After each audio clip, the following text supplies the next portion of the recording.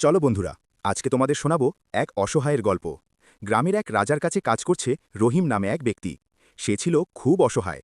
সে শুধু একটু খাবারের আশায় সারাদিন গাদার মতো কাজ করত রাজার বাড়িতে। রাজা তাকে দিয়ে বাড়ির সব কাজ করাত।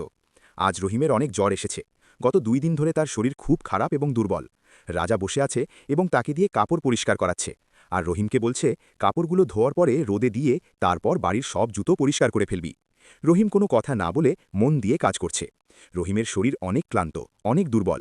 ওটা পরিষ্কার করতে করতে ভাবল, এই কাজটা শেষ করে হয়তো সে খাবার পাবে। কাজ শেষ করে সে তার মালিকের কাছে গিয়ে বলল, আমার সব কাজ হয়ে গেছে, এবার আমাকে কিছু খেতে দেবেন? মালিক তাকে ধমক দিয়ে বলল, কি কাজ শেষ হয়েছে? আরও অনেক কাজ বাকি আছে, যাও গিয়ে কাজ কর, ঘোড়াকে খাবার দাও। রহিম ঘোড়াকে খাবার দিচ্ছে আর কাঁদতে কাঁদতে বলছে, হে আল্লাহ, তুমি ছাড়া আমার কেউ নাই, তুমি আমাকে সাহায্য করো, আমি খুব ক্লান্ত, আমার খুব খিদে পেয়েছে, আজ 2 দিন যাবৎ আমি কিছু খাইনি, আমাকে সাহায্য করো আল্লাহ। আর এই মুহূর্তে এলো একজন ফেরেস্তা। ফেরেস্তা দেখে রহিম খুব ভয় পেল এবং জিজ্ঞেস করল, আপনি কে? ফেরেস্তা রহিমকে ডেকে নিয়ে গেল একটি গাছের নিচে এবং তার সামনে অনেকগুলো খাবার পরিবেশন করল। এতগুলো খাবার দেখে রহিম তো খুশিতে আত্মহারা। সে ফেরেস্তাকে জিজ্ঞেস করল, এসব খাবার কি আমার জন্য? এসব খাবার কি আমি খাবো? ফেরেস্তা বলল, হ্যাঁ, নাও, খাওয়া শুরু করো। রহিম খুব আবেগী হয়ে গেল এবং সে দুহাত তুলে আল্লাহর দরবারে শুকরিয়া আদায় করল এবং মন ভরে খাবার খেল।